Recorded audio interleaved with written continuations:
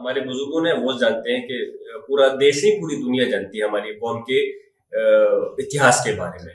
और जहां तक आप जो आपने वर्ड कहा है, रही बात जनगण मनगण हमारे देश का राष्ट्रगान है, हम सम्मान भी करते हैं और हम खड़े होकर के हम दिल से गाते भी हैं, लेकिन वो राष्ट्रगान नहीं है, राष्ट्रगीत है। और उसके लिए हमें कोई बाध्य, कोई हमें नहीं कर सकता, कोई हमें बाउंड नहीं कर सकता कि हम उसको गाएं।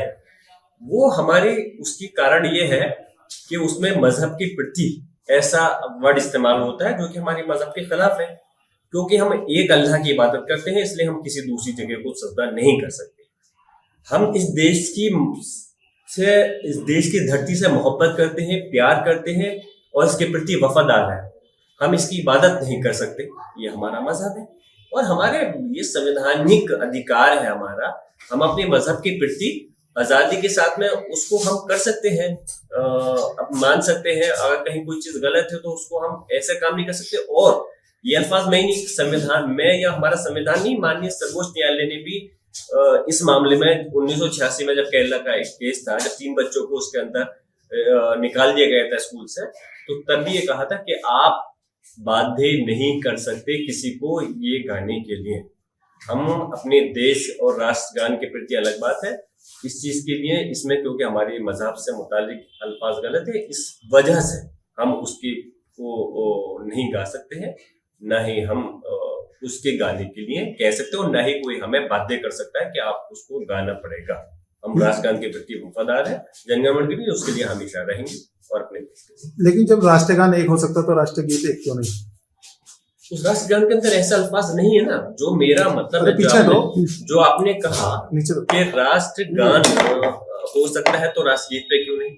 राष्ट्रगान के अंदर ऐसा अल्फाज नहीं है जिससे कि हमारे मजहब पे या हमारी आस्था पे कोई इस प्रकार का अल्फाज आ रहा हो जिससे कि हमें वो गाने पे हम नहीं गाने पे मजबूर।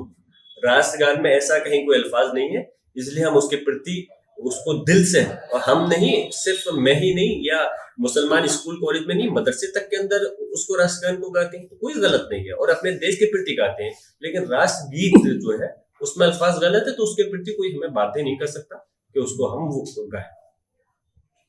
SIR को लेकर आम जनता से क्या अपील करना चाहिए? SIR को लेकर के यही है, जिस प्रकार से हम देख रहे हैं चुनाव आयोग वो अपनी हठधर्मी के तहत अपना इस चीज को लागू कर रहा है। और जाहिर सी बात है, जब अब एक संस्था है तो फिलहाल माननीय सर्वोच्च न्यायालय बिहार को लेकर के विपक्ष गया था तो उस वक्त आधार कार्ड के लिए आदेश कर दिया था। लेकिन अब हम देख रहे हैं उत्तर प्रदेश सहित जो 12 राज्यों के अंदर SIR लागू है, शुरू किया है, उसके अंदर जो मेरी जानकारी में आया है कि आधार कार्ड यहाँ पर उसको रोक दिया गया है, उसके आधार पर नहीं बनाए, न ही वोट जोड़ा जाएगा, ना करा जाएगा।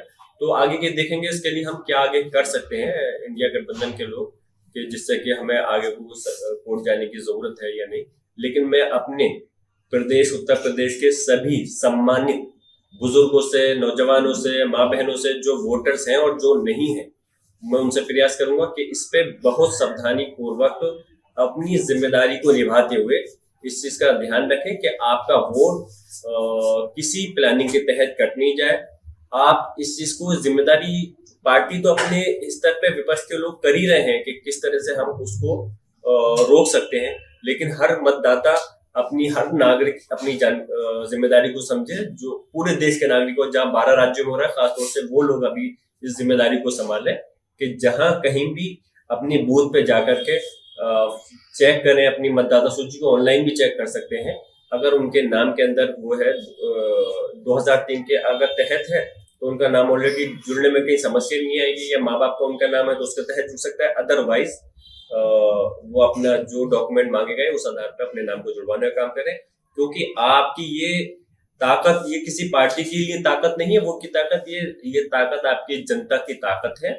इस ताकत के जरिए इसको आप महसूस करो, ये वो ताकत है जिसके जरिए आप इस प्रदेश और देश की सरकार बना सकते हो और प्रदेश की और देश की सरकार को हटा सकते हो। तो इसलिए मेरी सभी से गुजारिश है, दरखास्त है कि इसको बहुत सावधानी पूर्वक, बड़ी जिम्मेदारी के साथ में हर नागरिक अपनी जिम्मेदारी को समझते हुए वोटों को पर ध्यान दें और अपने वोटों को बढ़वाने का काम करें और नहीं घटे इस चीज पे भी नहीं फोकस करें। प्रियंका गांधी का कहना है कि जनता बदलाव चाहती है और बहुत स्पष्ट है कि अब जनता उब चुकी है, थक चुकी है और इस बार ध्यान भटकाने वाली बातें नहीं चलेंगी। हाँ, वही तो, ये बात तो हम भी कहते हैं कि ध्यान भटकाने वाली बातें नहीं होनी चाहिए और बातें मुद्दों पे होनी चाहिए।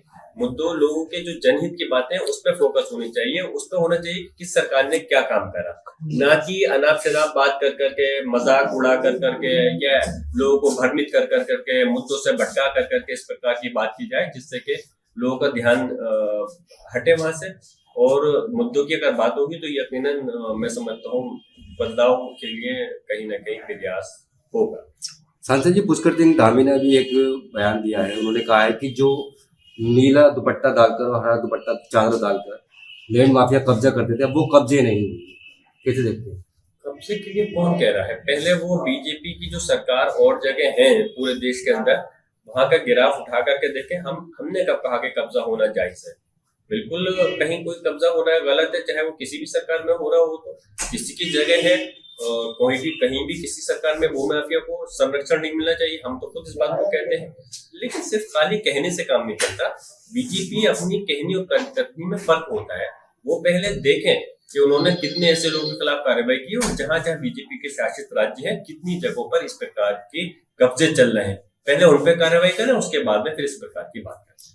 अगर आप ये वीडियो YouTube पर देख रहे हैं तो हमारे चैनल को सब्सक्राइब कर बेल आइकन दबाएं और Facebook पर देख रहे हैं तो हमारे पेज को लाइक करें।